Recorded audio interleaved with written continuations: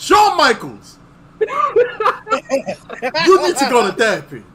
Because what's going on?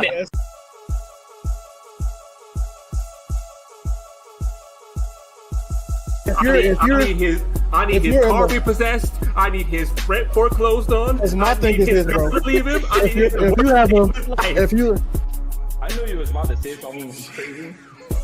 But come on, who gives a fuck what Hulk Hogan is doing? Oh, I know what else happened at NXT. Hey, Pillman, we need to. Are you now? Is it really a pause, kid? Is it really a pause? This man said, pause. Give me a high.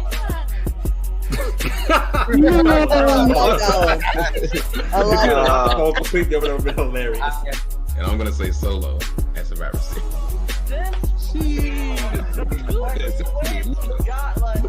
Trying to do something with this. They gotta do something with Roman. Two niggas get 3 niggas get up.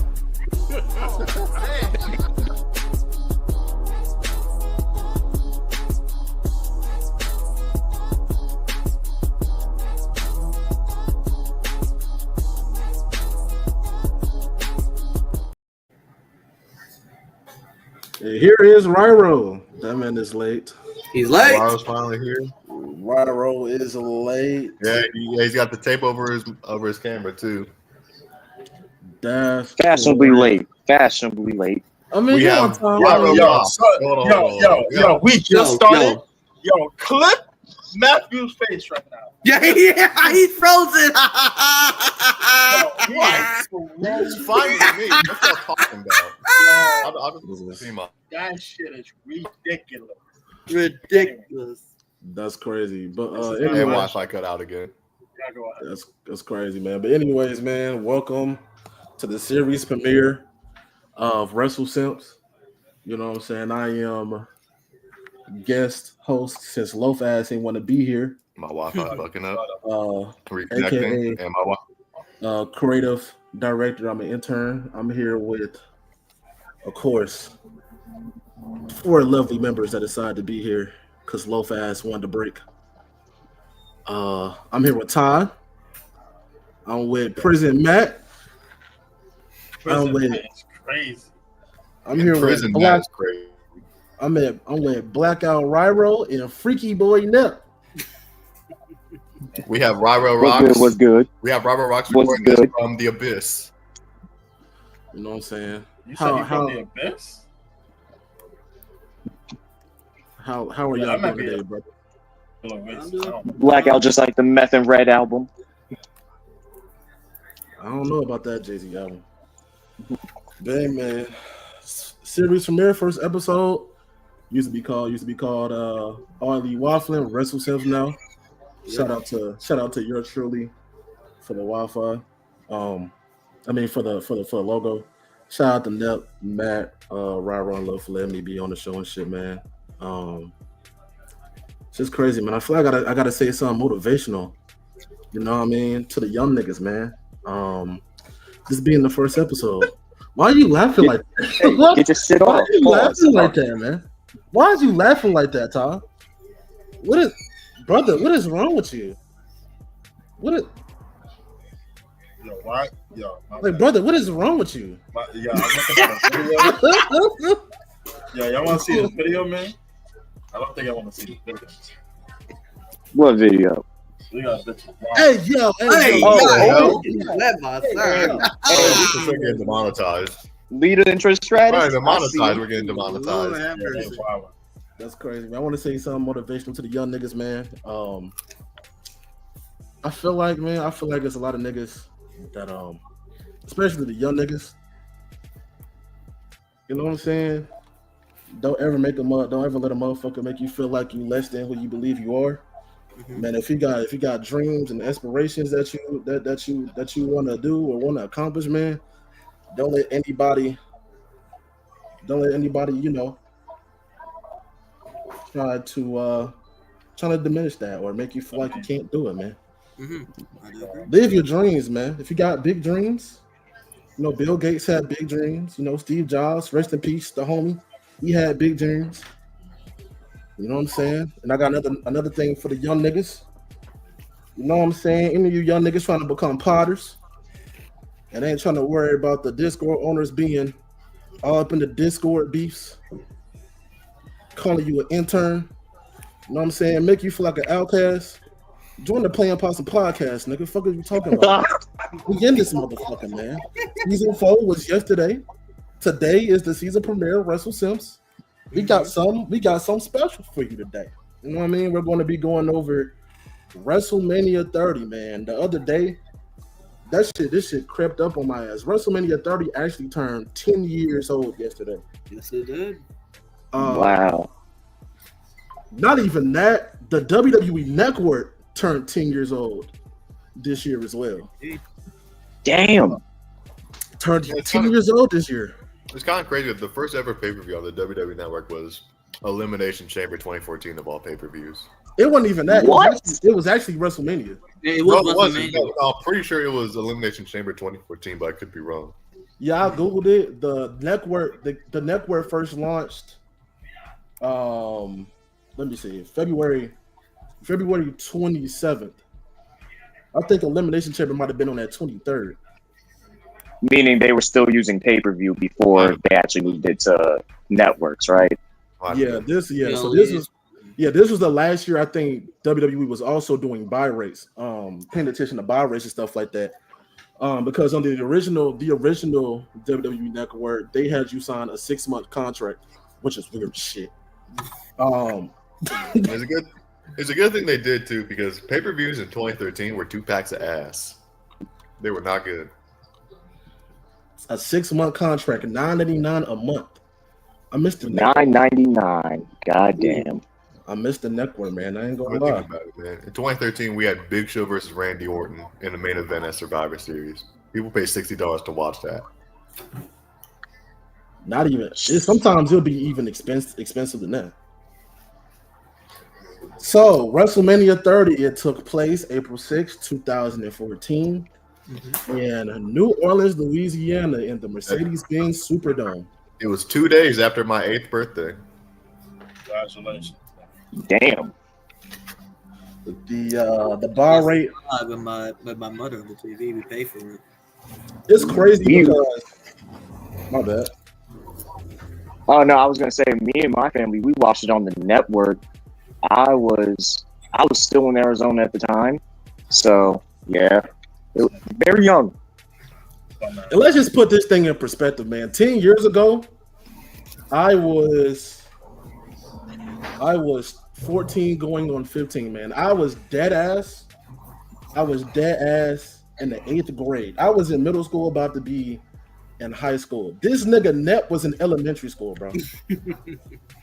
Like I said, I just turned 8 years old, so shit. Yeah, I was 8 years old. And this nigga Todd was still dark as shit back then. That's crazy, man. That's crazy, man. That's crazy, man. But nah, for real, yeah. The reported attendance 60,000 to about 65,000. You know, WWE be lying about their fucking numbers and shit. So 80. So it's their buy rate, not including the WWE Network. It is 684,000 buys.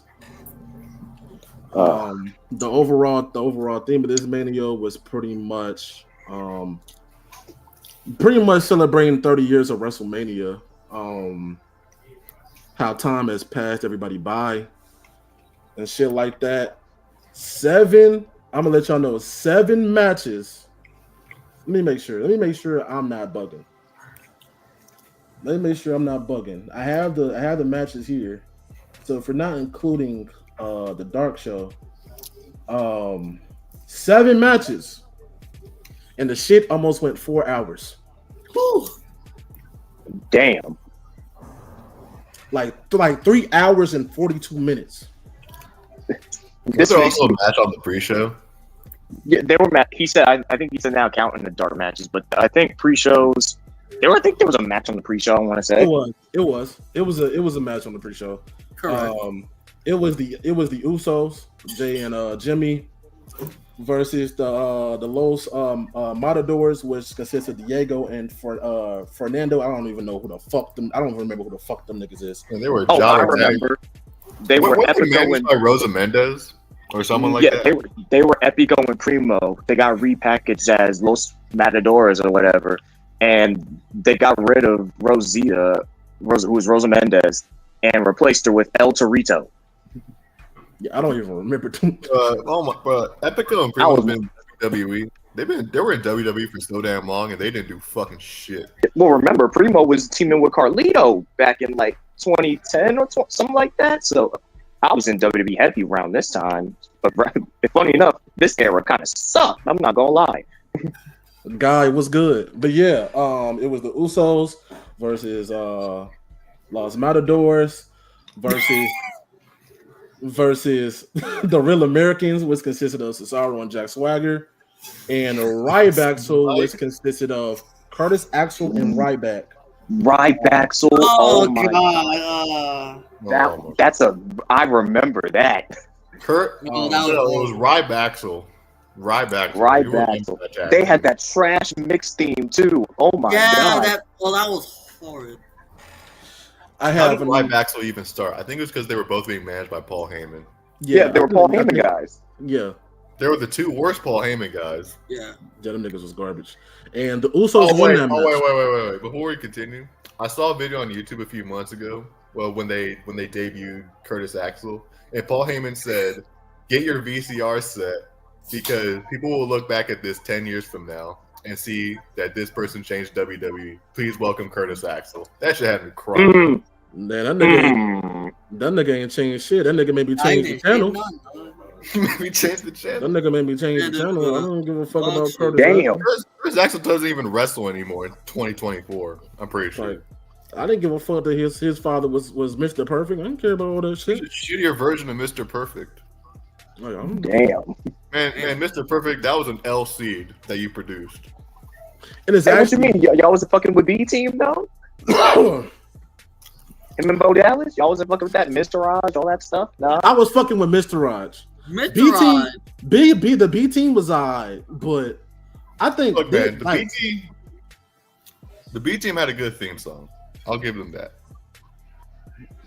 I would say this is a generation of wrestling where a lot of wrestlers were kind of making names for themselves based off of their fathers. Like the Usos, they had Rikishi, Curtis Axel, with Mr. Perfect.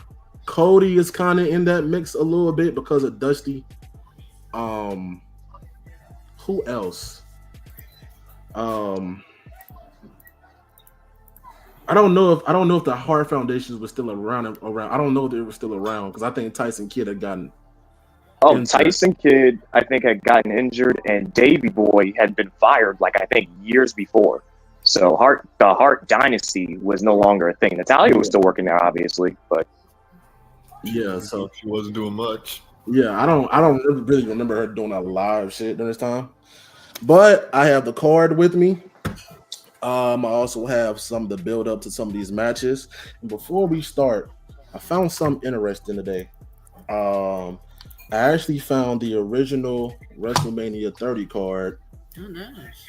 That was leaked by CM Punk, right? Yeah, that was leaked by CM Punk. So WrestleMania 30 would have looked a lot different if it wasn't for certain things in the WWE, if certain things, didn't happen.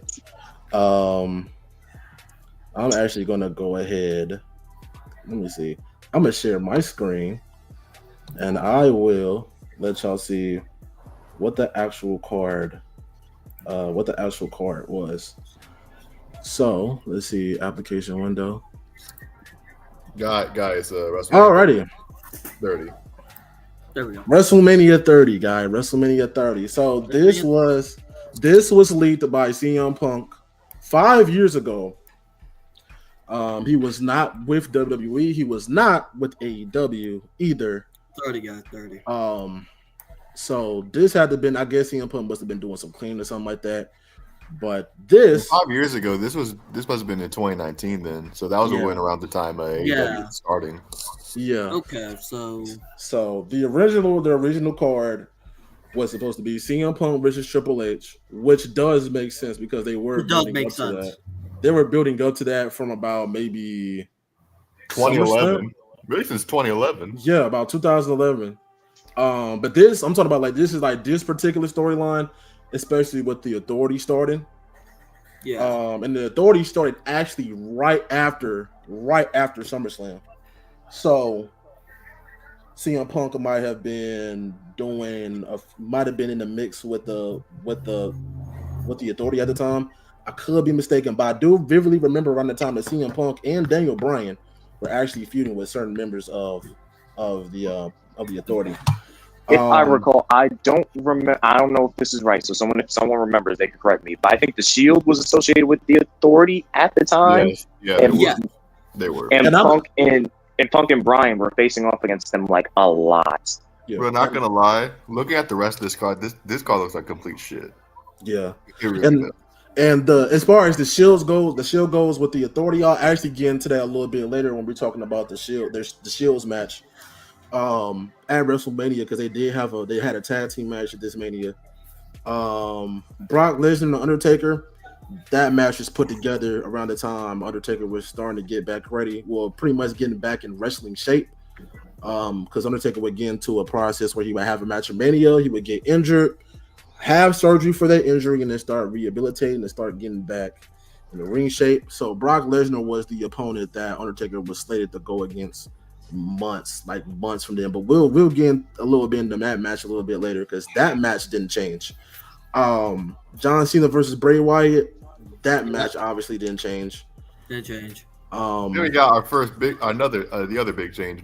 Daniel Bryan versus Sheamus for some fucking reason. They thought this was gonna happen. Yeah. Wait. Yeah, but This makes sense for. Wait, did this happen that year? Hold on. No, that was a different year. Okay. You're thinking. I think. Lost his title in WrestleMania 29. This is when this is actually. I think their feud was supposed to start right after SummerSlam, where when Triple H costed him his how it went is that Daniel Bryan was supposed to win off of Cena because Cena got injured. He had got injured that year.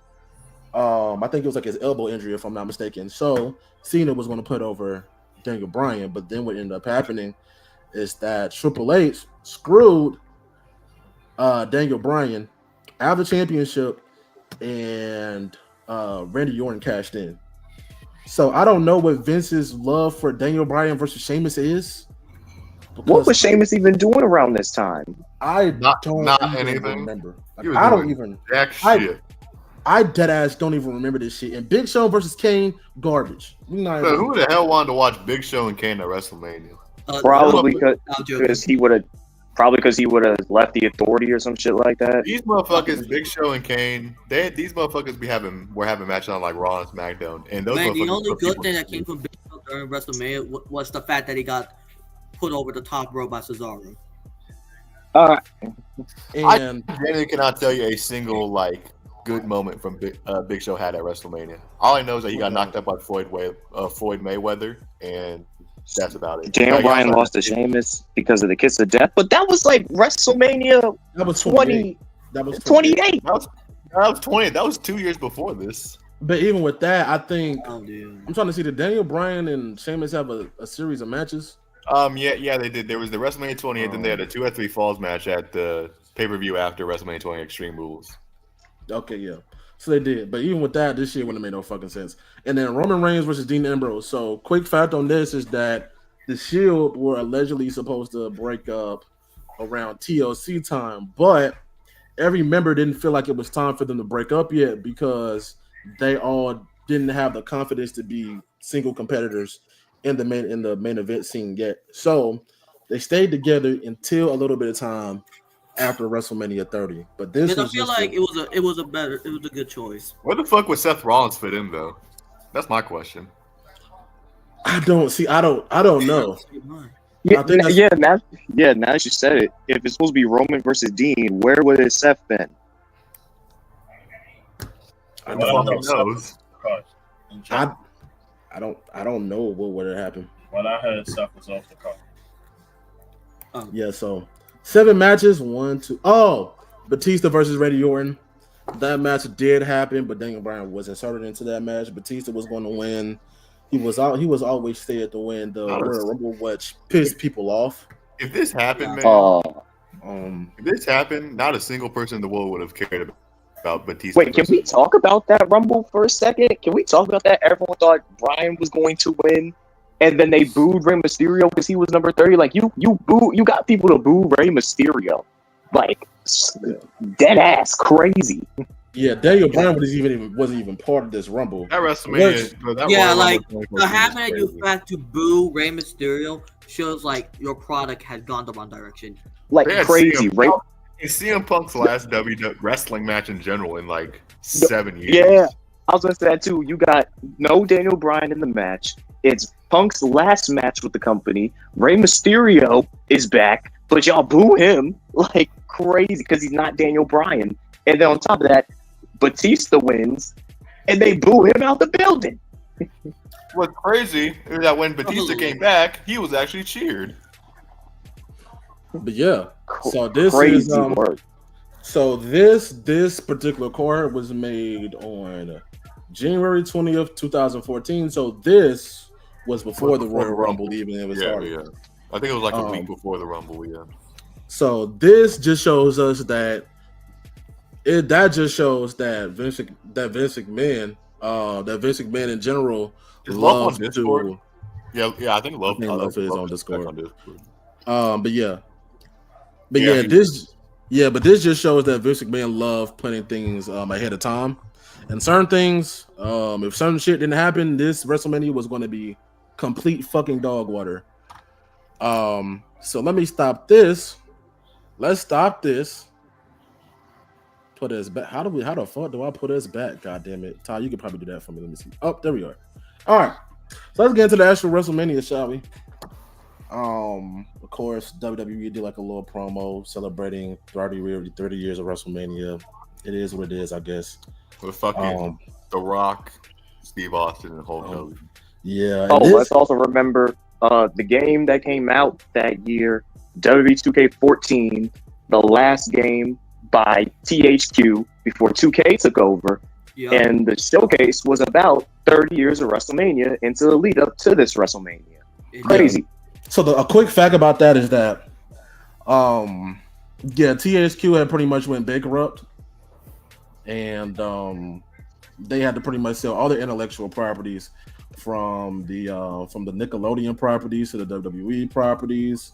And Saints Row went to Deep Silver. Nickelodeon went to I can't even remember where the fuck Nickelodeon. The company just went. Like this was like a time of change for a lot of major companies during this time period. Just financially, the whole company went to the shitter. Yeah, so 30 years of WrestleMania, you had in the Hulk Hogan, Steve Austin, and The Rock. And what's crazy is that they planned this segment at the last minute because this is Hulk Hogan's actual return back to the company, for being in TNA. Because I think because he was in TNA and then he left and I guess he just sat at home. And this is actually Hogan's reintroduction back into the company, for being away. Only for him to get blacklisted a year later because you know what he did. But I mean, Hogan came back at 34 though. And I think he was Hunter. No, wasn't it 37? I'm trying to see. It was one of them where he was the host with Alexa Bliss or some shit like that. That was on WrestleMania 30. Oh, that was 36. 36 or 37. It's the Wrestle. I thought it was the WrestleMania. Oh wait, 35 then? WrestleManias. No, I think he came back 35. Or was it 30? Which one? Hold on. Now he came back around the time when Mean Gene died. Was that Pirate Mania then? The one where they came back from the pandemic, but they still kept that WrestleMania theme? But then that wouldn't make sense because Alexa Bliss, she interfered in the match. You're right. With Fiend. So and it was probably 35 because I think, that was Seth and Brock the first match. So yes, I remember that. So yes, it was 35. Yeah. Now you think, it was 35. So he even when he was blackballed, came back to the company. These niggas was pretty much yapping for about 12 fucking minutes. And it's like what Guy just said, man. The only thing people remember from that whole segment was the Silver Dome, brother. Oh yeah, got the whole place wrong. Oh man, that was hilarious. That was hilarious. Silver Dome, I'll give Hulk Hogan props for that. Told one of his little Hogan lies live, just crazy. You know, the Rock. Hulk Hogan loves to Silver lie. Dome It is in his nature to lie. The Silver Dome didn't even exist anymore by 2014. That's crazy. It got fucking demolished. Yeah, it got that shit got replaced with Ford Field. This nigga made a joke and he was like, "Oh, I thought this was WrestleMania 3." Nah, nigga, nah. No, you really believe that? WrestleMania 3. WrestleMania 3 were like 35 years later, bro. like 37 years later. You're 23. You're 23 years late, brother. What the fuck? 23, 37, shit, something like that. What else? They pretty much all did their catchphrase. The Rock, you smell what the Rock is cooking. Yeah, that's the bottom line. It was just a nostalgia act. Just always it's the bottom line because Stone Cold said so. And what you going to do when Hulk Hogan? Well, what you going to do when they just said all their catchphrases? Yeah, this is pretty much bullshit. From there, we go into the Triple H Daniel Bryan match, which was the opener. Random fact: that was the first time Alexa Bliss, Charlotte Flair, and I believe Sasha Banks had their Yeah, then we had somebody. Yes, they were his entrance. Yeah, and originally this match was, of course, supposed to be Triple H and CM Punk, and Daniel Bryan and Sheamus. He quit. He actually got fired, but so I'm gonna go over a little bit of the build from the match. So this match in particular, the build for this match, in particular, started from SummerSlam 2013. This is when that's when Daniel Bryan beat John Cena. Triple H then pedigrees Daniel Bryan and helps Randy Orton cash in his contract, his Money in the Bank contract, because he did win as tier capper. Yeah, because Randy Orton did win the Money in the Bank of that year. And this is before Cena and Randy had their match to unify both the WWE and the World Heavyweight Championship to create the WWE World Heavyweight Championship. So after that, after SummerSlam, WWE in particular was not fucking with that Daniel Bryan shit. Them niggas had this. They dead ass had Daniel Bryan feud with the Wyatts for like 3 months straight. Wanda was crazier. They had Big Show take up the yes chance. Big Show doing the yes chance. That is crazy. Big Show, the leader of the yes movement, like. Yeah, you had Daniel Bryan pretty much going against the Wyatts for 3 months. I think Daniel Bryan and CM Punk did team up and win against the Wyatts in one match. I think they may have lost at that one. But bro, the fans was not fucking with that shit like at all. They were not fucking with that. And their frustrations pretty much came to a boiling point at the Royal Rumble when Daniel Bryan wasn't even part of the fucking match. And WWE and Vince, they pretty much did that shit on purpose. But because they saw the crowd reaction and niggas booing Rey Mysterio and Batista, of course, Rey Mysterio, he came back and Batista was, built to win the Royal Rumble. Mm-hmm. They decided to use Daniel Bryan not being in the Royal Rumble and Daniel Bryan being pissed about it as a story or a catalyst to start the Triple H versus Daniel Bryan feud. The main issue with Daniel Bryan, the main issue with Daniel Bryan was that, the Authority, they weren't listening to what the fans wanted. The fans desired people like him to be world champions, but the Authority, primarily Triple H, pretty much saw him as a B plus player. Daniel Bryan ended up challenging Triple H to a match at WrestleMania, and in the beginning, Triple H said, "Nigga, get the fuck out my face with that shit." This is WrestleMania, nigga. Wrestling, you would be a fucking that shit would be a disappointment and a waste of time, type shit. And it wasn't until Daniel Bryan had that iconic moment with the yes movement being in the ring and stuff like that that Triple H pretty much said, you know what, fuck it, let's have a match at Mania. And the added stipulation to that is that whoever won that match, won that opening match, would be added to the WWE World Heavyweight Championship match in the main event. In the main event. Wait, I want to talk about that segment for a bit because I've watched it like a couple times.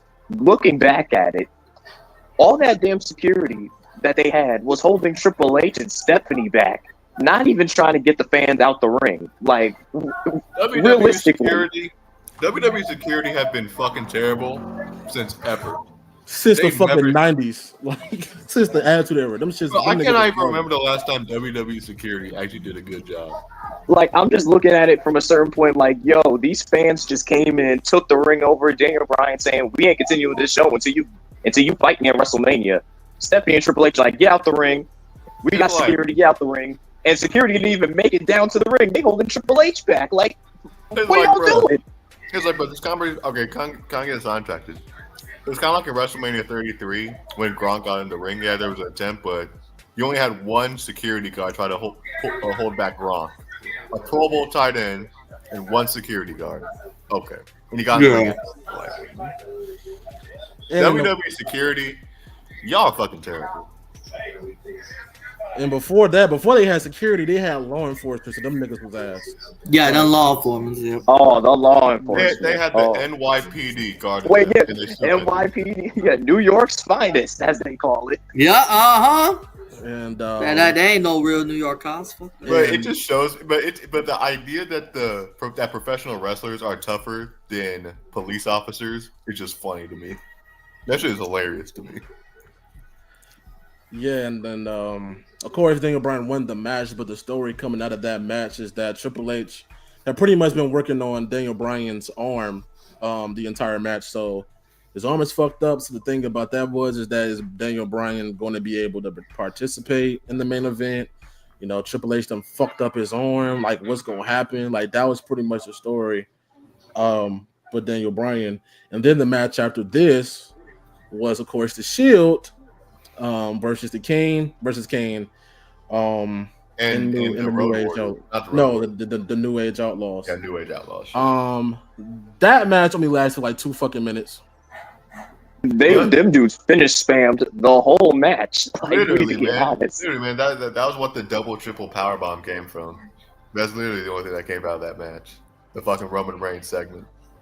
So, the build up to this match, which was barely a build up, honestly. The build up to this match happened, of course, after SummerSlam 2013, when Triple H helped Randy Orton win the WWE Championship for Daniel Bryan. At this time, the Shield, after SummerSlam, the Authority came to be, and the Shield were used as the motherfuckers that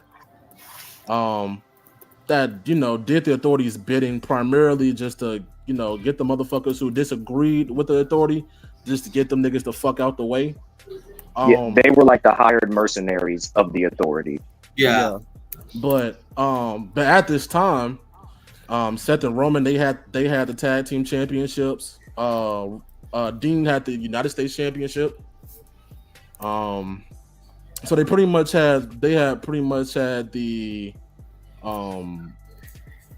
main event, the mid card belt and the tag team belt under the and the world championship under the roof of the Authority at this time. So Dean, he would have the belt for a good period of time. He would pretty much defend the belt. Who was the Intercontinental Champion at this time? Was it Big E? I'm trying to remember. Was it Big E? I think it was Big E. To be honest, this is around the time the U.S. title was held on a pedestal, and the IC title was just no one gave a fuck about. Yeah, that's the same. I can't even remember who was Intercontinental Champion at this time. It might have been. It was probably Big E. It might have been Big E because I think this is right before the New Day had got formed. So it's crazy because nowadays, like, bro, the mid card titles nowadays are both get so much respect under Triple H. So, like, props to him for bringing back the prestige. Wait. Yeah, I think Big E was champion around this time. Yeah, he might have. He might have been champion, but I'm not particularly sure. Because I want to say I went to a WWE live event in 2014. Thing is, who's going in? If we can sidetrack, who's going in the Hall of Fame around this year? Ultimate Warrior. 2014, it was Ultimate Warrior. Ultimate Warrior. Yeah, Warrior. Oh Yeah, and then a few days after he made his final announcement, the man passed away. Oh right. Yeah. Okay. Well, yeah. I think around this time, Big E was the IC champion because he was IC champion when they came out to Arizona for the live event. So I think he was champ. Yeah, correct. And the thing with the so pretty much they wanted to break up the Shield, so they were starting with Seth and Roman losing the tag team titles, and Dean holding on to his United States Championship, and Dean was kind of looking at them like, I got my motherfucking belt, where y'all shit at? And then he lost it to Sheamus at the very next pay-per-view. Type shit. And then so in November, like around TLC time, like time for TLC, they just didn't have it. They just didn't have the ability to be a cohesive tag team. And then in March they end up losing to the Wyatts at Elimination Chamber. I just want to say something real quick. Banger of a match, by the way. I just want to say something real quick. This is gonna be controversial, but fucking Dean Ambrose's U.S. title reign when he was with the Shield was fucking bad. I'm sorry, it was. He was the longest at the time. He was the longest reigning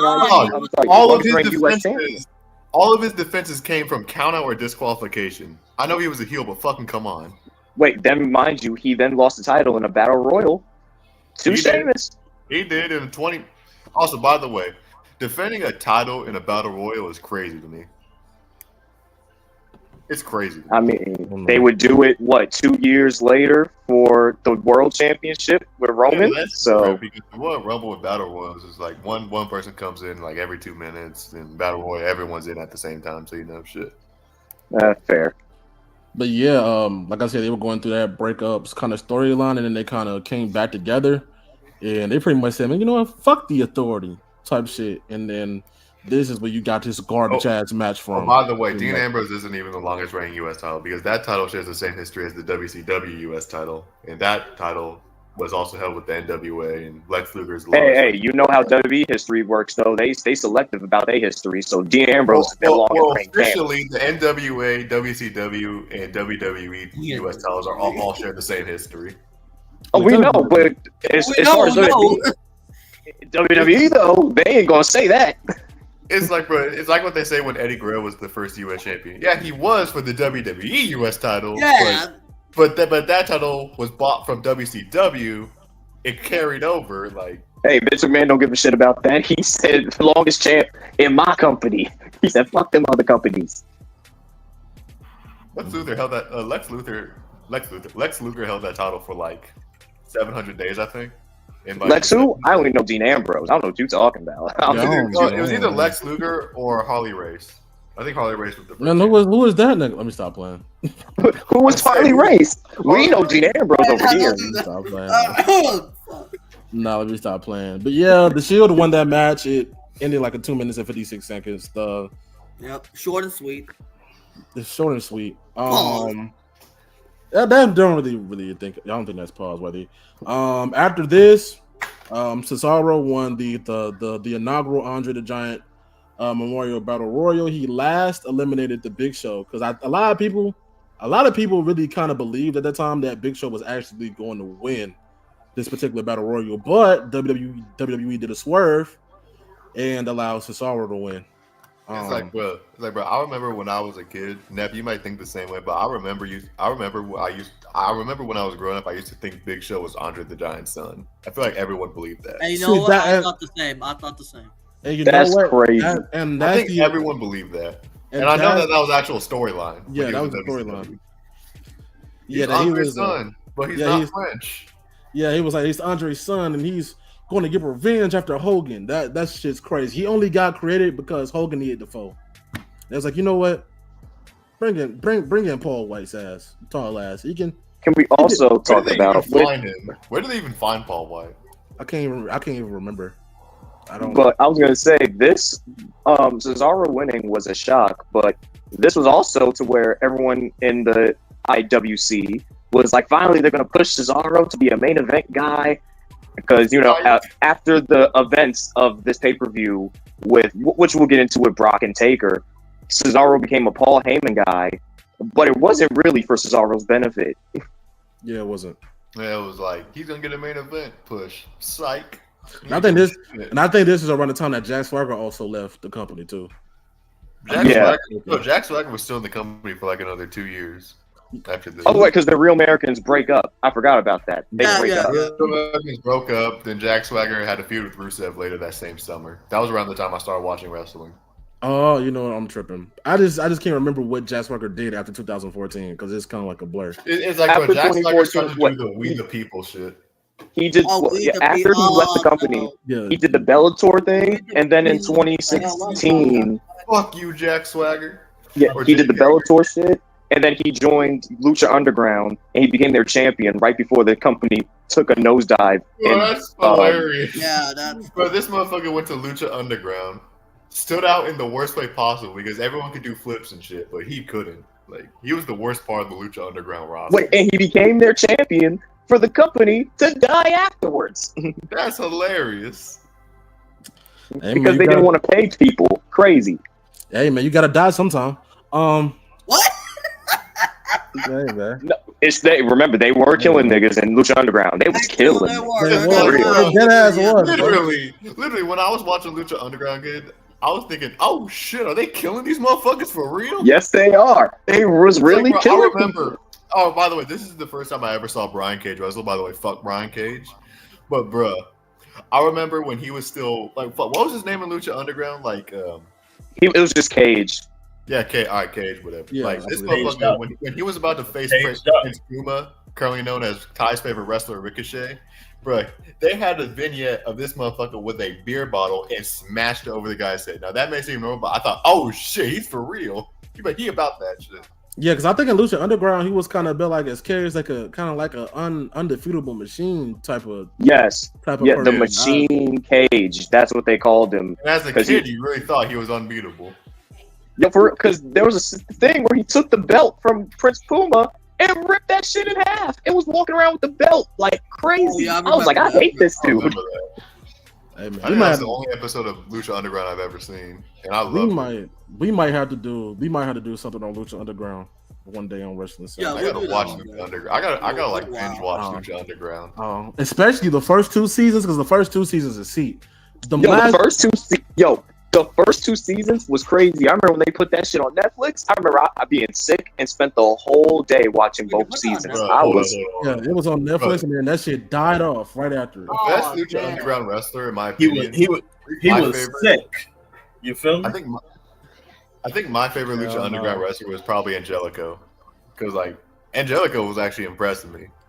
I was a Pentagon guy. That motherfucker literally did a flip off the top of the fucking building. No cap. My favorite characters might have been Penta and Sexy Star. I don't know why. Not Sexy Star. Oh, Sexy Star! What a dive too! Oh my god! Sexy Star and her ass is banned.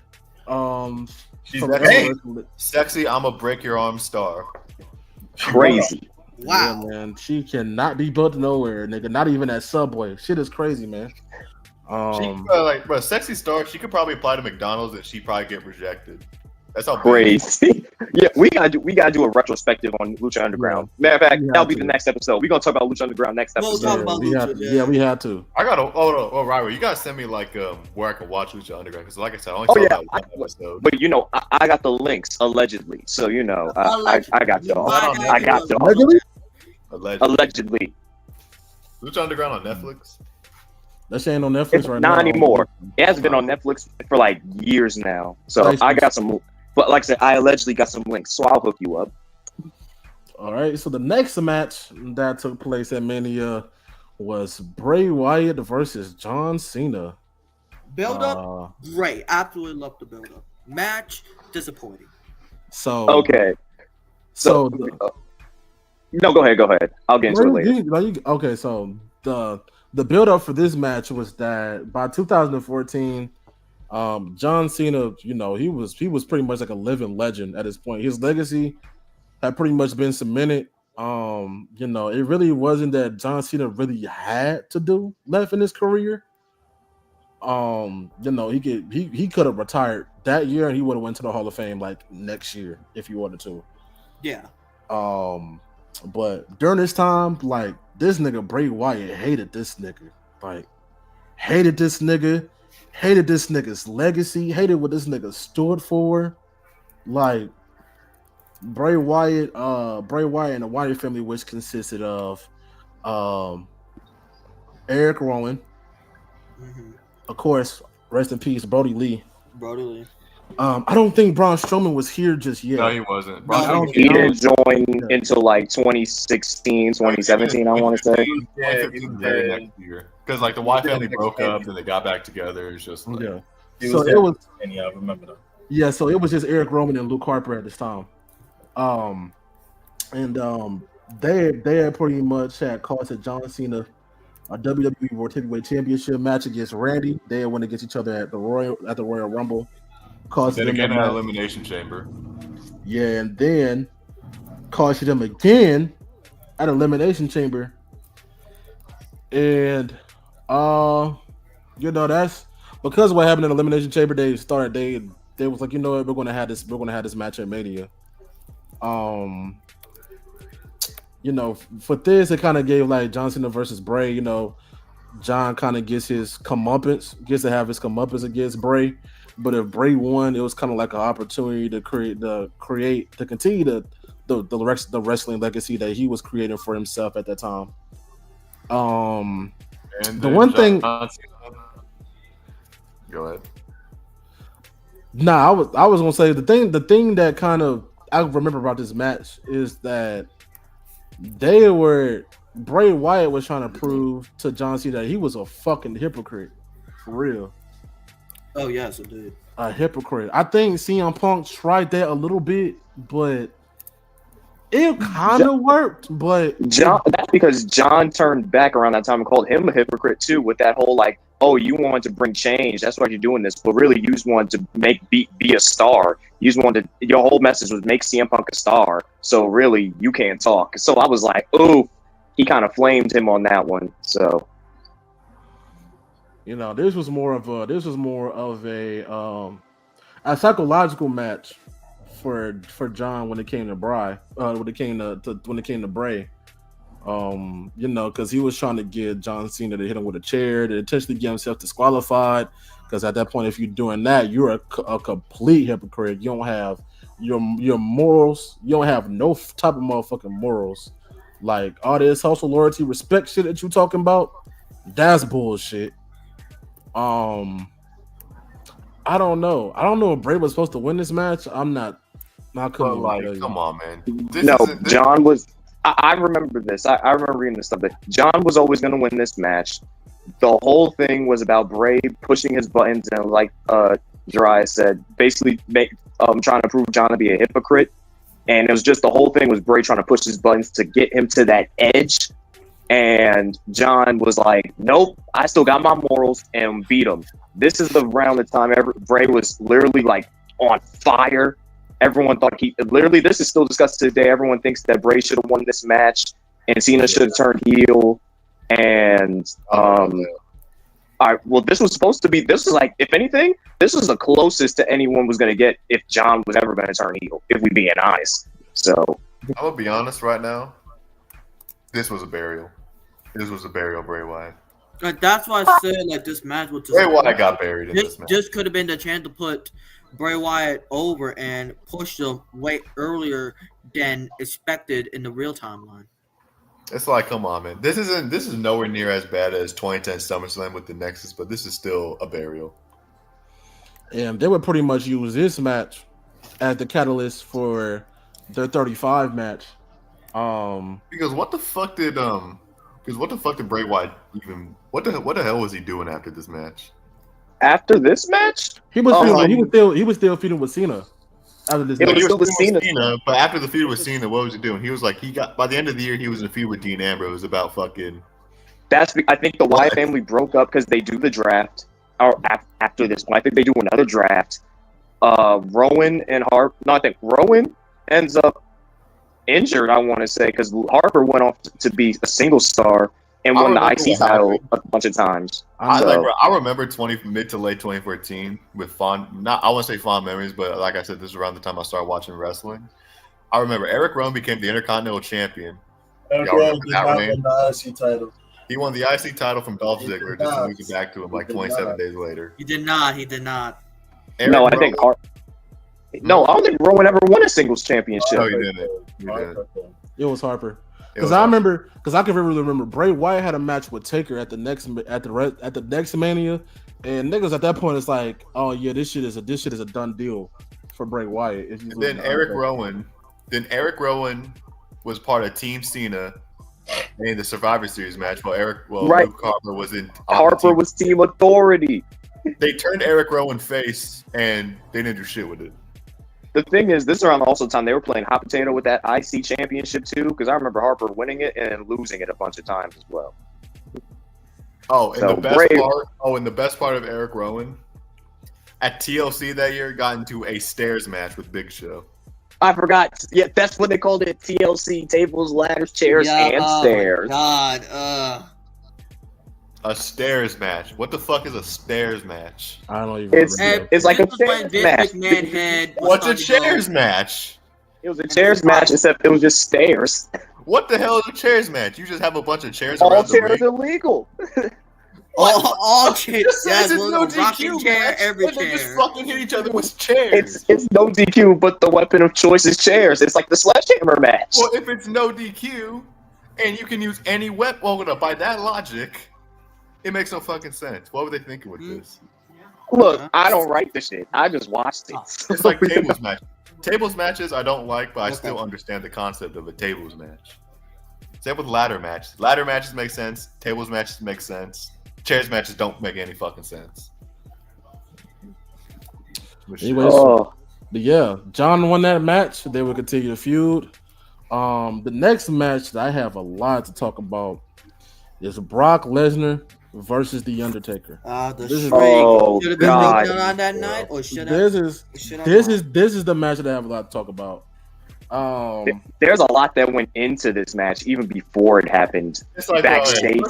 First of all, I think I read somewhere that Undertaker didn't even know Brock Lesnar was going to win until the day of WrestleMania 30. Yes, yes. And he got concussed. But I'll end up talking about it in a minute too when it comes to the build to this match as well. I ain't want to cut you off, my bad.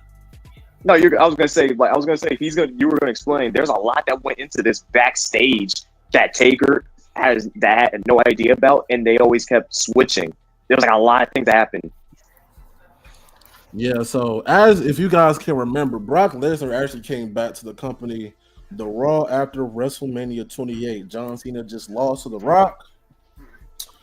They were going to start that John Cena's having the midlife crisis shit, the embrace the hate storyline. And that midlife crisis storyline with John Cena should have been way better. But that's what topic. Wait, can we talk about the fact that Brock came back and he beat Brock? Yeah, exactly.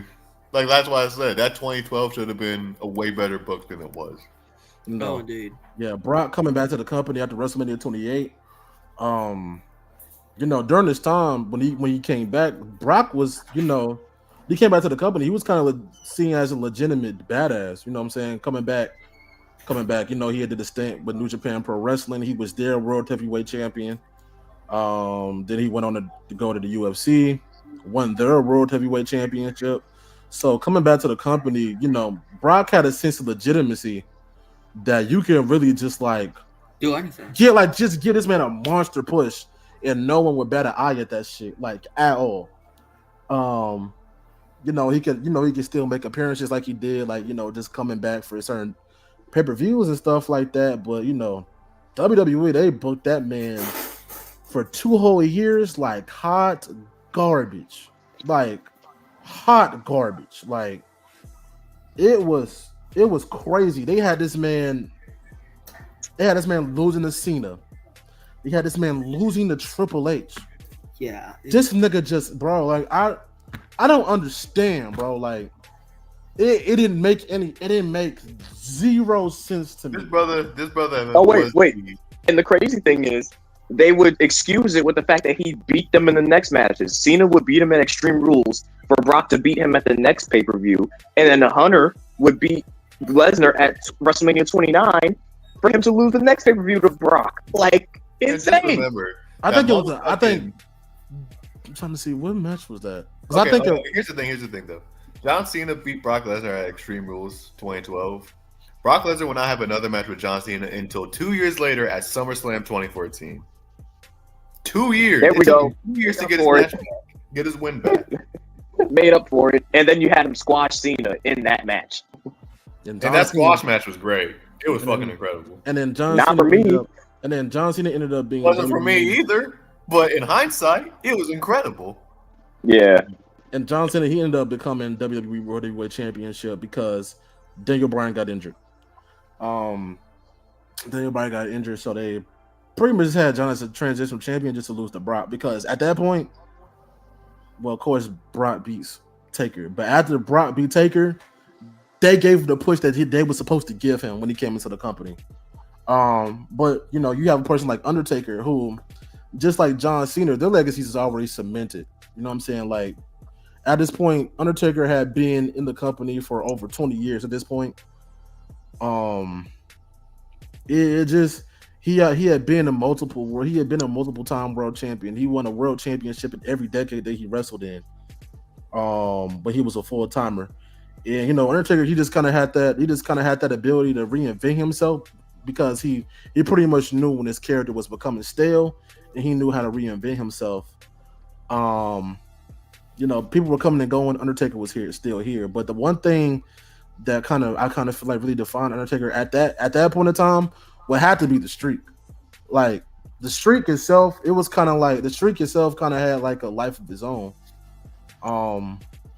Every year it was kind of like who's going to beat the Undertaker. Like I don't even know if it was who's going to beat the Undertaker. Like who was going to go against the Undertaker, because I don't think anybody legitimately believed that anybody could beat Undertaker at WrestleMania. Like the Undertaker was like the final boss of Mania. Like, yeah, like if he wasn't doing shit, like if he wasn't in the world title scene, or you wasn't in the Money in the Bank match before the Money in the Bank match got his own pay-per-view, but you have to be a big star though. Yeah, you and you're that has some legitimacy. Like what you got, if you wasn't doing all that, you're going against the Undertaker. Like, what the hell happened to Freaky Boy Nep? He left. I'm trying to figure out. It's crazy. Probably disconnected. Probably gonna put on the X videos. Oh my god. Hey, yo. You know, it's crazy. Undertaker at this point had only missed 2 WrestleManias, and that was WrestleMania 10 and WrestleMania 16. What else due to injury? No, WrestleMania 10 is because to reinvent himself, he was transitioning from the Western Mortician to the Dead Man character, and then WrestleMania 16 was because he was legitimately injured. Okay. Yeah, 16 was because he was legitimately injured. I think he might have had, I can't remember what injury he had, but he was gone. Because I think he was on the show though. I remember that. 16 he was on the show at all. No. I'm pretty sure he made an appearance. He cut a promo, but he didn't have a match. Can't remember. I had to go back and watch WrestleMania 2000. WrestleMania 16 was what? The 2000? Yeah, WrestleMania 2000. Yeah. Oh god. Fatal 4-way in the main event. Okay, I was gonna say I don't remember anything from that show. Yeah, the only thing I remember from WrestleMania 20, 16, you mean? I mean, yeah, WrestleMania 16. Sorry, is it had been 2000? It might have been Chris Jericho versus Crispin and CB and maybe Voldemort and maybe Kurt Angle. Maybe Kurt Angle. It was like we also had for both belts, right? It was like one match was for one title, the other match was for the other title. Yeah, it was. We also had the TLC match. Yeah, and I think Kurt Angle lost both of his championships because Kurt Angle was Eurocontinental champion. He lost to Jericho and CB. Absolutely wild. And then of course the triangle ladder match between the Dudleys, the Hardy Boys, and Edge and Christian. There was only There was only one singles match on the whole card. And then, of course, the McMahon in every corner. Big Show versus Mankind versus Rock versus Triple H. Fatal 4 elimination match, which shouldn't even been. The only reason why that was a Fatal 4-way match. Oh, mind you, also that was the first time a heel won a WrestleMania. Yeah, it was. Yeah. The only reason why that was a Fatal 4-way match is because there was a controversy with The Rock and the Big Show at the Royal Rumble. Then they had the match at the next pay-per-view. Big Show won, so he was added to the match. Then Mick Foley got fired, and then people got mad, so they added him to the match. It was just like fucking mess. It's crazy. A lot of people don't talk about, but WWE, they got away with doing trash WrestleMania matches. Like WrestleMania, they got away with it. Like trash WrestleManias from 13 to 27 to 6. No, not to like to 16. Oh, to 16. Oh, yeah, 16. Yeah, because remember, 17 is like marked as one of the greatest WrestleManias of all time. So and 18 isn't that bad either. 19 isn't that bad either. So 19 was actually great. Yeah, 19 had like 5 match of the year candidates on that show alone. Yeah, but yeah, when it came to Undertaker, you know, that's how he was. He only missed 2 manias. You know, from WrestleMania 25 to 29. Anybody who went against Undertaker, you know, was expected to lose. You know, I'm saying, like, yeah, you can put a good fight, you could, you know, put up a good fight against Taker, but ultimately, you know, you're a losing at WrestleMania. Like, that's just how good. That's just how good not even the Undertaker was, but the streak was. I think the only times people actually thought that the streak was going to end was against Shawn Michaels. The 2 times he faced Shawn Michaels and Batista at WrestleMania 23. That's it. Yeah, that's really about it. Maybe Triple H at WrestleMania 27. You can argue Randy Orton.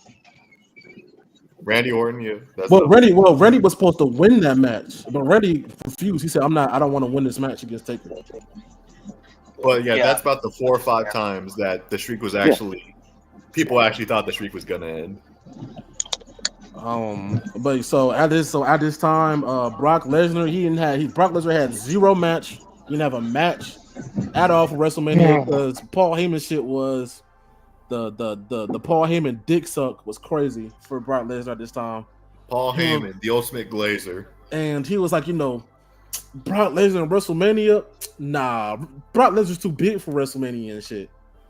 And that kind of eventually turned into Brock Lesnar wanting to go against. Well, how it started is that Brock Lesnar pretty much had an open invitation that anybody could pretty much go against Brock Lesnar at Mania. And Paul Heyman was like, man, fuck this dumbass shit. Like, this shit is a motherfucking insult to us. And then Undertaker ended up signing the contract. He stabbed Brock Lesnar in the hand with the pin, choke slammed the man to the table. You know, and Paul Heyman and Brock Lesnar's thing is that they pretty much vowed to not only pretty much make history and conquer the streak. That was their thing, like eat, sleep, conquer, repeat, and then eat, sleep, conquer the streak. That was their thing. Yeah. And so that was pretty much the catalyst for that WrestleMania. I know a lot of people like to say that, oh, well, you know, Taker was supposed to win this match originally. Oh, it was because he got concussed. Things changed at the last minute. But that's not necessarily true because if you look at the Last Ride documentary that they did back in 2020, Undertaker actually went over this subject and said that Vince McMahon had pretty much talked to him over the phone and you know, pretty much told him what was his plans for WrestleMania, as he always did after Undertaker got done with surgery and started recovering and started getting ready for Mania. He pretty much told him, like, yeah, you know, you're gonna lose to Brock. I think in the beginning, you know, Undertaker kind of felt a way about that shit because he's like, bro, like, the streak is my baby. Like, this is like one of the main attractions to Mania. Like, motherfucker was coming to Mania, like, purely sometimes off of the Taker match. And I want to touch on this a bit because even WrestleManias before that, he mentioned he thought the streak would end. Like, and he would ask some superstars if they go end. I know he said he wanted John to end at one point, but John said no. WrestleMania 24 when he fought Edge. He wanted Edge to do it. He wanted it to end at 24, but Edge said, "I can't do that. I really can't do that." And so there was a lot of moments where he was like, "It should end here," and people were like, "No, I don't think that's right." Yeah, quiet as kept. He wanted to have a match with Kurt Angle at WrestleMania 22, and he wanted Kurt Angle to beat the streak. But Kurt Angle was like, "I'm not doing that shit." But then instead, he had a casket match with Mark Henry. Yeah, because Mark Henry needed something to do. Taker needed something to do. They just put the motherfuckers together and said, "There you go, bro." But yeah, well, here's an idea for a future video. We should do Undertaker streak match tier list. Yeah, we should. Yeah, we should. We can do that. Yeah. Yeah, WrestleSimps, I guess, for the fans that want to know. This will basically be like a retrospective show. I think that's what we're heading towards with this show. Obviously, we'll talk about some modern stuff as well. We are wrestling nerds. Yeah. So Brock, he won the match. Brock won the match. In the beginning, Undertaker he was good in the beginning, but then he got concussed. He was concussed that night. He was in the hospital for a good amount of time. Undertaker didn't even know if he was going to wrestle anymore after that. After that match with Brock. Brock was extremely upset over the match. Because he respected Undertaker. But from this match, Brock went on to become the monster, to get the monster push that I believe he deserved, that he pretty much should have got when he came back into the company. What else do I think about this match? Taker, he came back for WrestleMania 31, but Undertaker really wasn't that confident anymore. I know Guy had pretty much said like after he lost to Brock, he felt like Taker should have retired, and I can kind of agree to that because you was like the streak is gone. You have nothing else to prove to us at all, like at all. Like, honestly, to us. Like we know you can still wrestle, nigga. We still know that you're a draw. Like at that point, in my honest opinion, like around this time, this is when the Undertaker became the GOAT to me. Like 2013, that match with Punk, I was like, this man is the GOAT. Like, this is the greatest WWE wrestler of all time. Like, and nothing in my mind can change that shit for me. So even with this Brock and Taker match that happened, even though it was garbage at the end, that didn't really change my opinion on how I felt about Undertaker. To piggyback off what Guy was saying, he should have retired. That honestly, I think so too. But I think because the way the match ended, Taker was not going to let that shit slide. Because we all know, he said in the Last Strike documentary, he was chasing down that last match that was perfect for him. If we're being honest, the matches after WrestleMania 30 were not the best that he could end on. So I understand his perspective on, like, if this is it, I want to go out on my terms instead of going out getting concussed or going out and having a poor match. Like, so I understand Taker's perspective, but I really think he should have retired after this one. It would have been a good end. So God pretty much said to clarify, Brock should have never beaten the streak at 30. If you're going to book a streak break, put some young guy over and ride out into the sunset.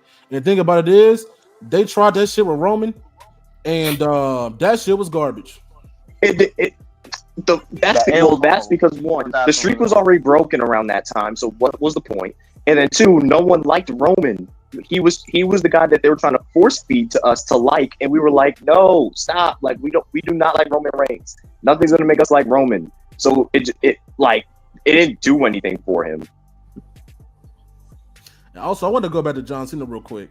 It is a night and day difference how the IWC treated Cena back in 2014 than they do in 2024. Oh yeah. Like, motherfuckers legitimately wanted that nigga to just go. Like, get the fuck out of here. That's how niggas felt, bro. Nah, man, the IWC, they didn't want him to just leave the company. They wanted him to fucking die. Oh, I was gonna say, like, they were worse. And they want him to leave, but they didn't want him to just leave the company. They didn't want him to leave this earth. Like, absolutely insane. Like, the IWC hated Cena with all their hearts, and loved Daniel Bryan at this time. Like that's the weirdest shit. That now you're looking at it, Daniel Bryan, he's retiring from full-time wrestling, and Cena's about to retire dead ass after the set of matches that you have next year. So wild.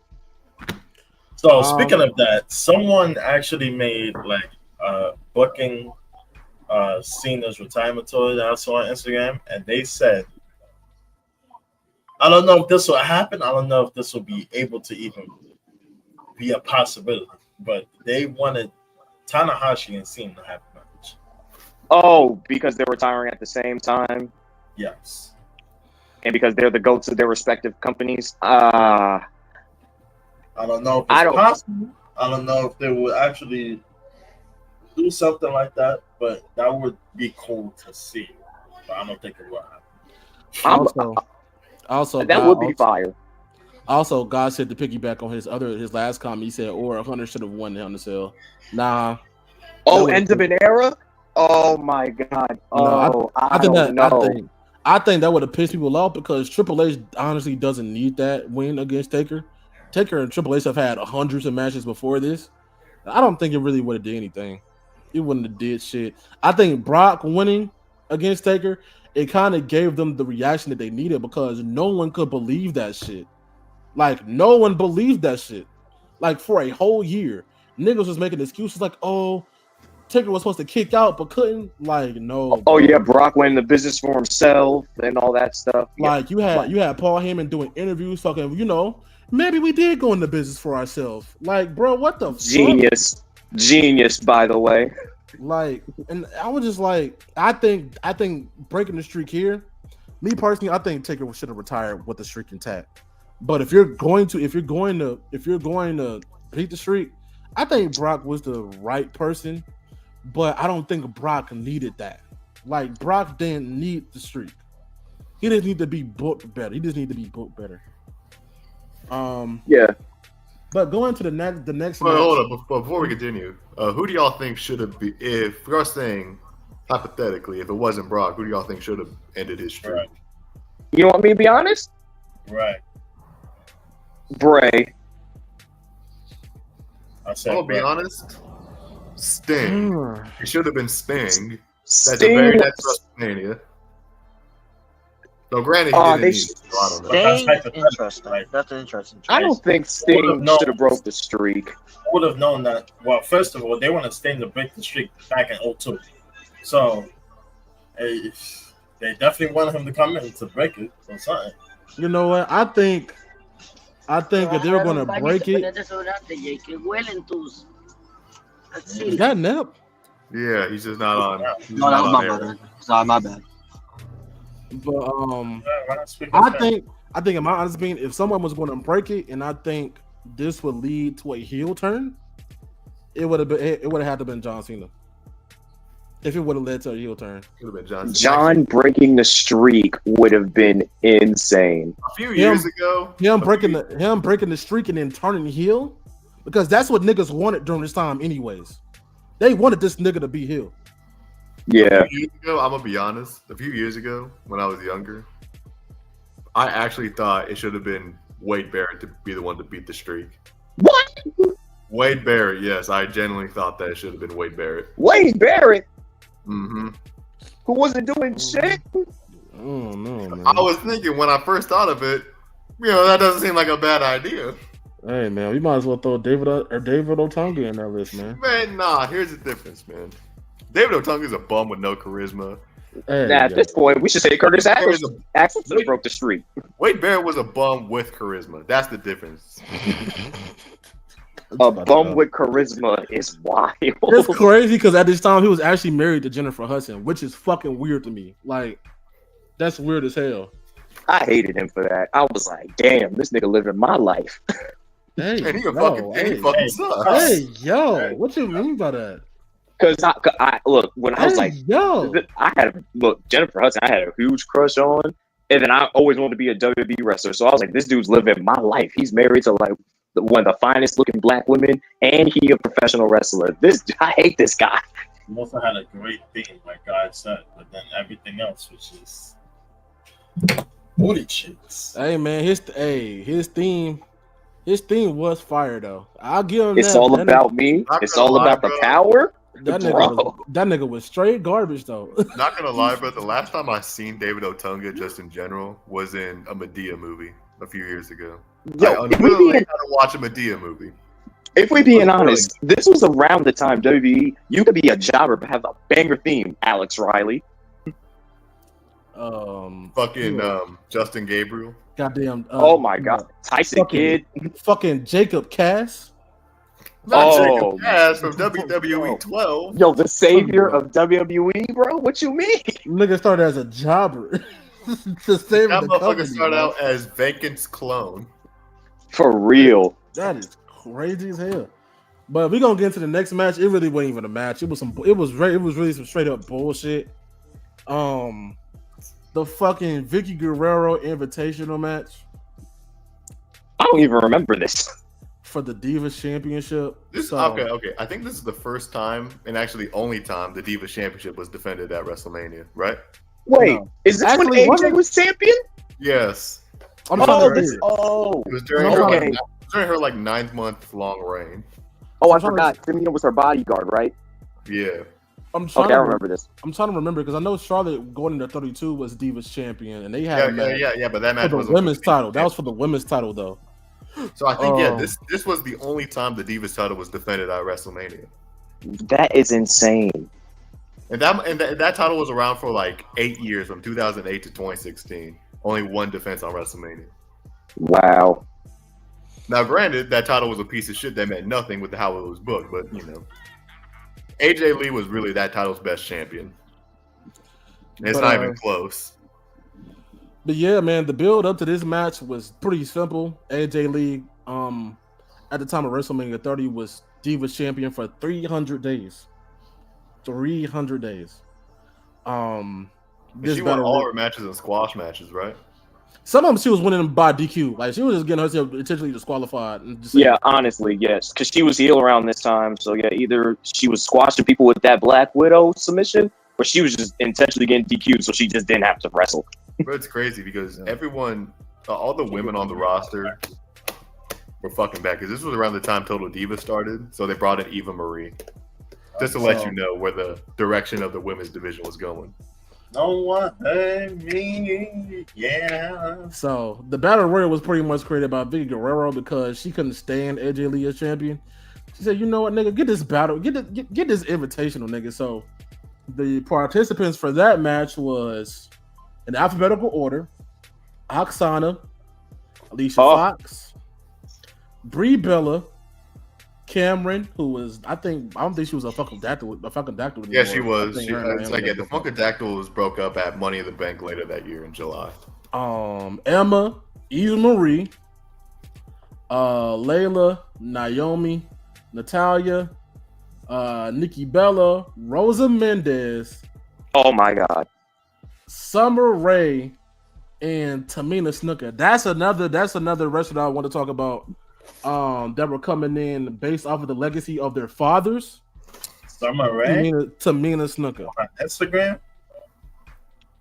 Sick nigga. So here we go, doing it already. So you pretty much had AJ Lee going against the cast of Total Divas, pretty much. This was just AJ versus Total Divas and Tamina. Basically, the entire fucking WWE women's division at the time. We have come so far in the line. We still had a job at this time. I can't believe Oksana still had a job.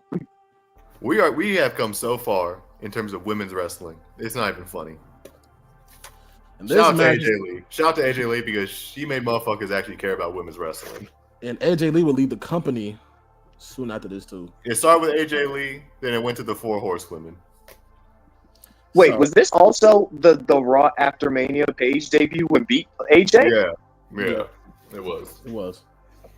Because hold on. I also read a story that Paige got that title shot because The Rock apparently got creative control and booked a match for the very next night. Wow. And Paige Thanks, Dwayne. And Paige was a double champion. She was the Divas champion and the NXT Women's champion at this point when she. But at the same time, though, that lasted as long as Keith Lee being the NXT champion and North American champion. Hey man, she's in the history books, man. She's in the history books, man. Only one to do so too. She had the pre-black and gold NXT championship, and the now this is black and gold. This is black and gold, but the women's division was kind of. It wasn't even black and gold yet. It was just like the prologue to NXT. No, technically, it was black and gold. It just wasn't to the extent of which everyone remembers black and gold. It was the prequel to black and gold. Yeah, don't let Loaf get in here because he'll talk our ears off. But it's Loaf ass ain't finna come in here. Pause. But yeah, AJ Lee, she won the match. 6 minutes. Nothing to 6 minutes. Oh, so in this match, you can either win the championship by pinfall or submission. I mean, there's 14 women, so it's like 6 minutes. It's like what Guy said. Reality game show NXT was a time. It was a time. Oh, that was around the time I was watching WWE just for anything. I was watching all that stuff. But game show NXT, the only thing I remember from game show NXT is the genesis of McGillicuddy. That's it. Oh God. Oh, and also that one episode where Kevin Dunn's audio got leaked. That's it. Oh yeah. Wait, man. Before we get to the main event and get the fuck up out of here, I want to talk about the participants that were in the Andre the Giant battle royal. It was Yoshitatsu. Yo, not Yoshitatsu. Yoshitatsu still had a job. Yoshitatsu was still in WWE in 2014. I don't believe. Yes. Brad Maddox. Brad Maddox. What? Brad Maddox, the GM of Raw. What? Brad Maddox. That is crazy. The Great Khali. What? I remember that.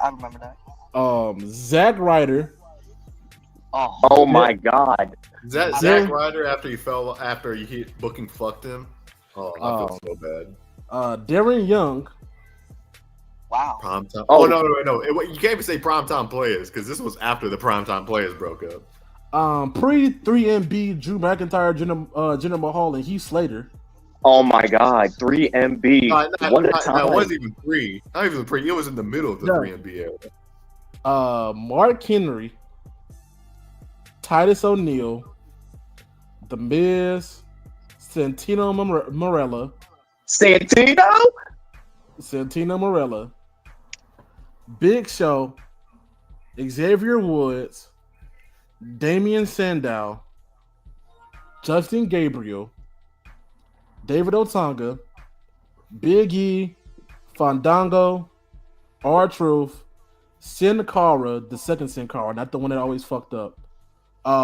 Tyson Kidd, Goldust, Cody Rhodes, Rey Mysterio Jr., Kofi Kingston, Dolph Ziggler, Alberto Del Rio, Sheamus, and of course the winner, Cesaro. So basically, a bunch of people on the roster that weren't doing fucking anything. Not doing shit.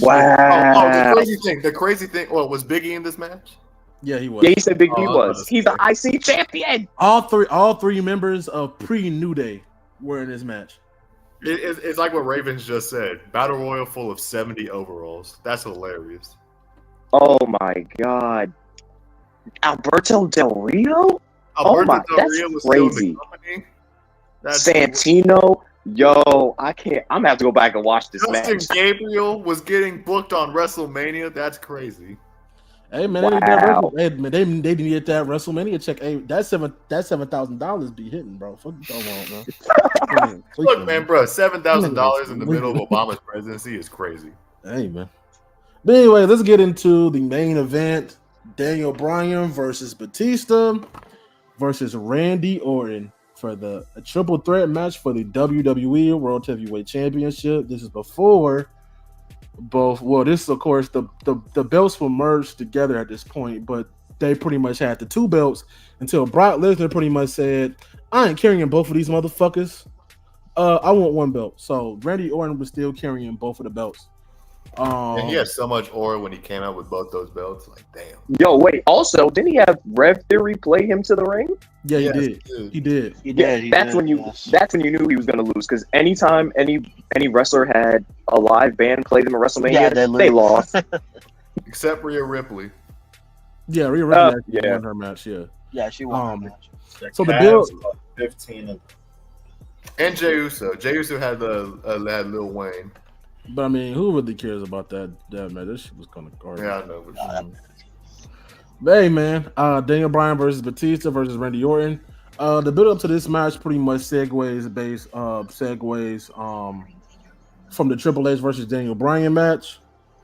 Originally, Randy Orton, he became the first ever WWE World Heavyweight Champion. First ever Chris Jericho. I mean, come on.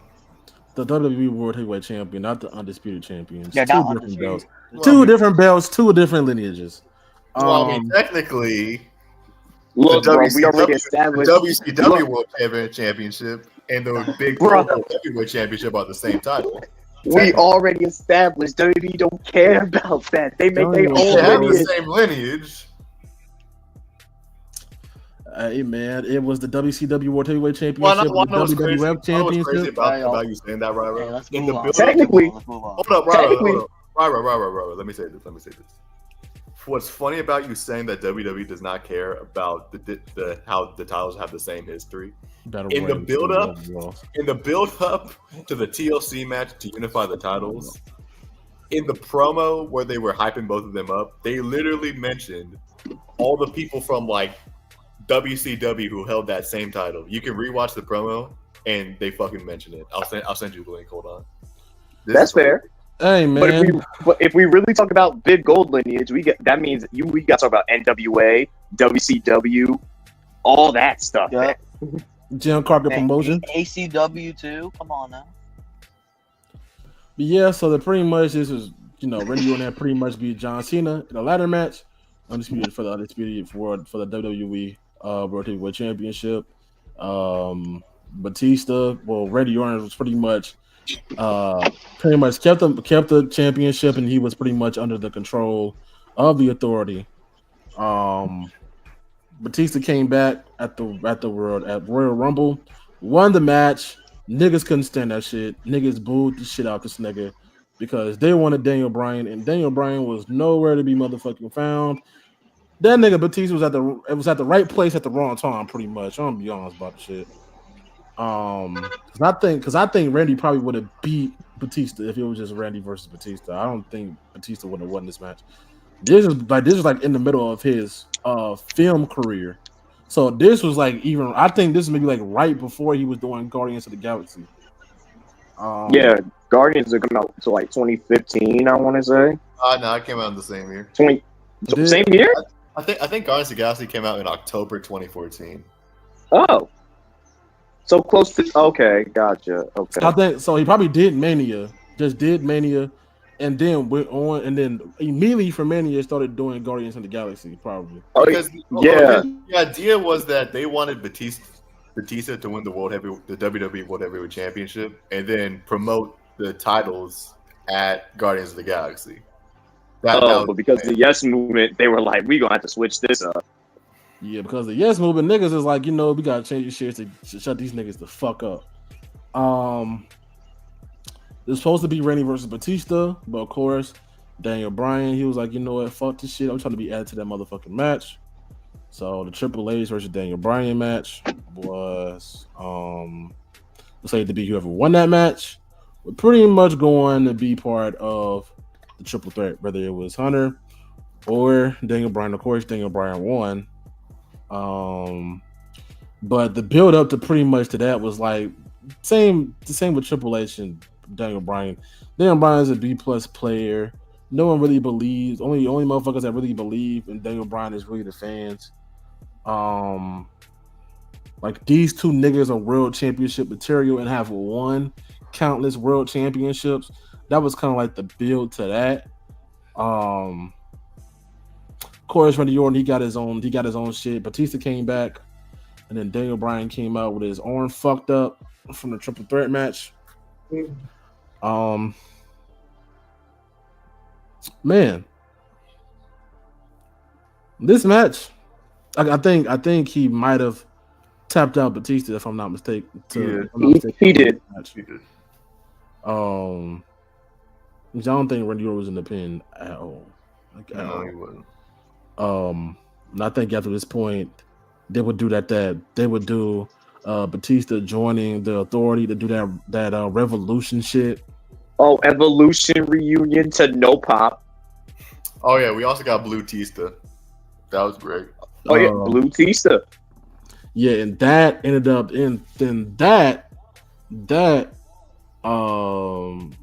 that would end up breaking up the Shield, where I think Batista left, and then Batista would quit after losing to the Shield. He was like, "I quit," and then that same night, the Shield broke up when Seth took that chair and cracked Roman and Dean, because there's always a plan B. And Seth Rollins will go on to get the Money in the Bank. He will hold it until WrestleMania 31, and he cashed that in on Roman and Brock. During that match at 31. I remember when I was younger, I fucking hated Seth Rollins. I still hate Seth Rollins, but back then, I thought same. I thought Seth Rollins. Bro, I thought that briefcase was the be-all, end-all of wrestling because Brock Lesnar was never on TV. I thought, oh shit, that contract must mean something. Yeah, there's always a plan B. There's always a plan B. Depends on the plan B that you're talking about, brother. Oh, you crazy. Yeah. That's crazy. Hey, use protection, by the way. Depends on the. If you're in New Orleans, don't have sex at all. What? Don't have sex at all. Hey, yeah, statistics I saw, yeah. Cause some of you bitches is dirty. I'm gonna let that shit be known right now. Exactly. You're right. But yeah, I can kind of vividly remember before this match, like the crowd was quiet as fuck, but that might have been because motherfuckers couldn't believe that Brock Lesnar beat The Undertaker. So it wasn't until this match that happened that niggas kind of came back to life because they really wanted Daniel Bryan to win this match. The crowd, Daniel Bryan was completely over. Over. I'm not gonna lie. Can you imagine watching Undertaker getting his streak broken to then having to watch AJ defend her belt? Like, what crazy? Crazy. And not even that. I think after the Taker match, they had a long ass commercial, and then it went to the the match. You had to sit in the arena with just going like, damn. And of course, did he just lose? There's no way he just lost, right? Like, you can't talk about WrestleMania 30 without possibly the most iconic wrestling reaction meme of all time. Oh yeah. Oh yes. This shit came from that. The most iconic reaction meme ever. Like the crowd was quiet. They were mad. Niggas was dead ass crying. I don't know. There had to be at least one person that left the arena. There's got to be at least a couple people that left the arena after that. Yeah, somebody did. Like niggas was dead ass pissed. Like they couldn't believe that shit. And even with the Daniel Bryan match, they were still kind of quiet. But Daniel Bryan got his feel good moment at the end. Pause. But he won the championship. He held the championship until he got injured. Which then, when Daniel Bryan got into the Royal Rumble next year, where motherfuckers wanted him to win, he got eliminated. And then Goldust Titantron played saying "Shattered Dreams." Okay, oh my god, that was great. But the good thing about it is Daniel Bryan ended up winning the Intercontinental Championship. Look at what guy posted in the comment section. Imagine if they had these BK commercials back then. The streak is broken. 5 seconds later, what?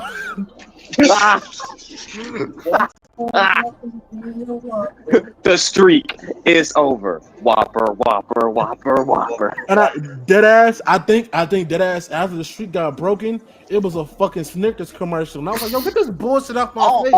Like, get this bullshit out my face. Snickers satisfies. You're not you when you're hungry. Like, I was like, what the fuck? You bitch, the Undertaker just lost. It was some type of propaganda video. It was either M&M's or Snickers. It was one of them, but I think it was Snickers. I was like, man, get this shit out my face. I was like, what the? Oh damn! Oh shit! That shit is crazy. But yeah, man, that's WrestleMania 30.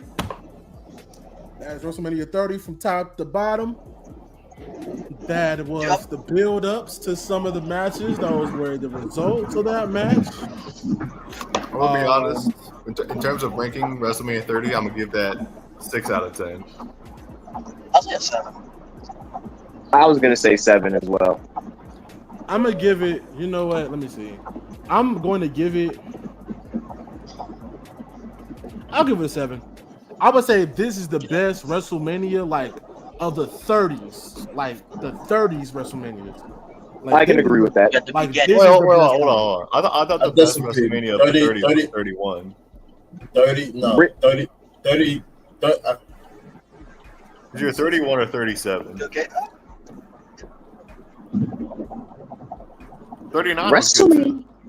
WrestleMania 31. That was what? That Sting and Triple H, Undertaker and Bray, Yep. Daniel Bryan winning the IC 31. championship. Mm-hmm. But WrestleMania 31 did win pay-per-view of the year in 2015. Actually, I think WrestleMania 31 won pay-per-view of the decade in the 2010s. So the 31 card. Hold on, I'm gonna give you the 31 card. It was Daniel Bryan winning the Intercontinental Championship ladder match. I think Bad News Barrett was champion at this time. Randy Orton beat Seth Rollins. Triple H beat Sting.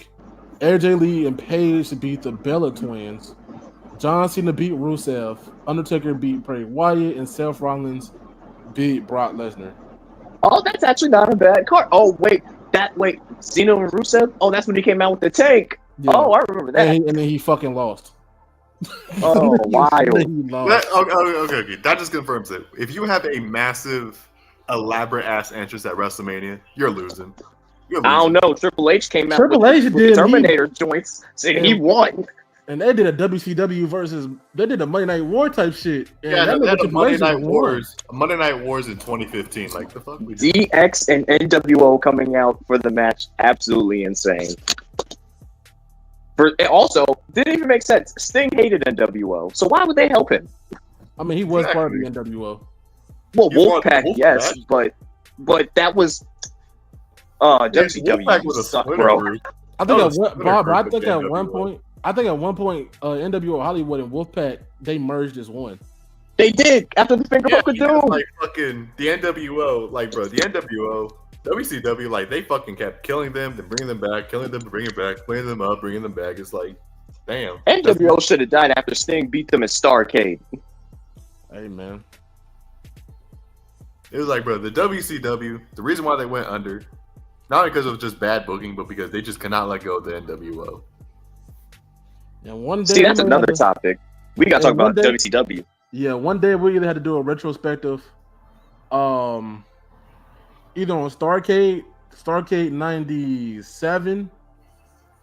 I think that was Hogan versus Sting, or we might have do a retrospective on who killed WCW. Because a lot of niggas was lying in that documentary, but Oh my God! Oof, I got my opinions on that one. a lot of motherfuckers was lying like shit.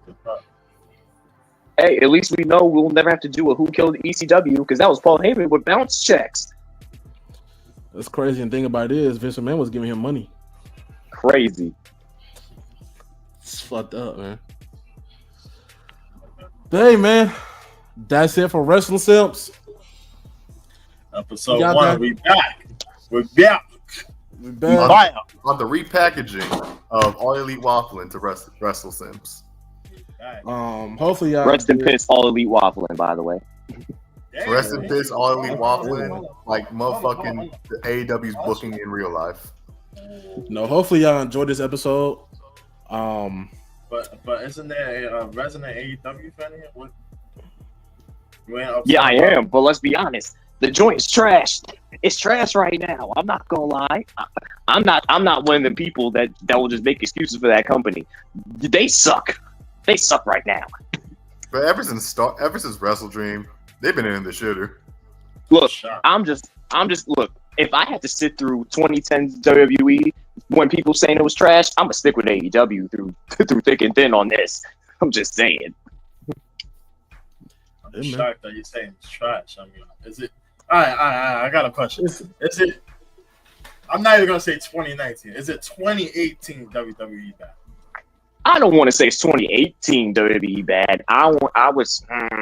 Because I mean, at the same time, 2018 WWE, that was only Raw that was bad. SmackDown had some heat. I would say it's like 2019, where like Raw was absolutely abysmal, but SmackDown was good. Yeah, because like Raw was like 3 hours of pure garbage. Yeah, AEW has its ups and downs. Sometimes the Dynamite can be good, and sometimes it can be trash. I'm not gonna lie.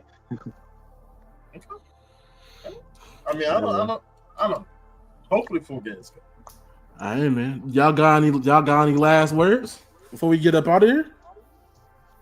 WrestleSimps, we back. We ain't going nowhere either. So expect this is gonna run. Mariah May and something Mariah May, Leela Gray. Mariah May, come on the Wrestling Sims. Come on, come on to the show. She don't want to hit you, man. You look over this shit. Hey, yo, what you mean by that? Hey, yo, what? Hey, yo. It's okay, man. It's not on this show either. Brother, you want to say that again? We can't even see your ass. You in the dark. God damn. I said, but there's no light. Right, you want to know what's crazy about Nep saying this shit? I actually beat him in the Freak Off tournament that Ty hosted the Nuggets earlier. Oh yeah, we finna get up out of here. Anyways, we gotta get behind the scenes. Y'all next Sunday. That's a conversation for behind the scenes. We're gonna mute these niggas real quick. We're gonna see y'all next Saturday. I mean next Sunday with another retrospective. It's your boy Brother Jariah, the intern, executive producer, creative director. This is Todd Blackass right here, and we finna get the fuck up out of here. We'll see y'all niggas later. Does the theme go when I end the stream now? Yeah, it does. It does. All right, we out. PS Triple P. Join Triple P, bro. Dead ass, man. You young niggas trying to become potters. You know what I'm saying? Don't want to worry about the owners being all up in the Discord. Oh my God, just end the stream already. Making you calling